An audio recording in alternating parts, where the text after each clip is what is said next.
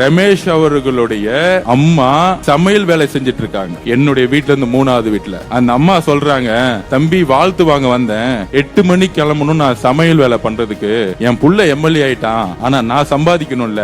என்ன ஒரு எளிமையான குடும்பத்தில் இருந்து எங்களுடைய தலைவர் வேட்பாளரை சூஸ் பண்ணி ஸ்ரீரங்கத்துல நின்னு திருச்சியிலேயே அதிகமான ஓட்டை வாங்கியது தமிழக வெற்றி கழகம். உங்களுடைய நேரு, உங்களுடைய வேலு எல்லாத்தையும் தண்ணி குடிக்க வச்சாங்க எங்களுடைய இளைஞர்கள். சாமானியன் 75 வருஷ கட்சி திமுக பொது தொகுதியில் ஒரு தலித் வேட்பாளரை நிறுத்தியது இல்லை. திரு உதயநிதி அவர்களே, இளவரசர் உதயநிதி அவர்களே, மகுடத்தை தூக்கி உங்க தலையில உங்க அப்பா வச்சுட்டாரு. இங்க சாமானியன் இருக்காரு பாருங்க, இளைஞர்கள் பதவியேற்கும் போது பாருங்க, ஒவ்வொருத்தரையும் டிவில ஒரு சாமானியன் ஒடுக்கப்பட்டவன், பிற்படுத்தப்பட்ட மக்கள் ஒவ்வொருத்தரும் கையில 1 லட்சம் ரூபாய் இல்லாதவங்க ஜெயிச்ச லிஸ்ட் எத்தனை தெரியுமா? 92 பேர் கையில 1 லட்சம் ரூபாய் இல்ல, 1 லட்சம் ரூபாய் இல்ல கையில.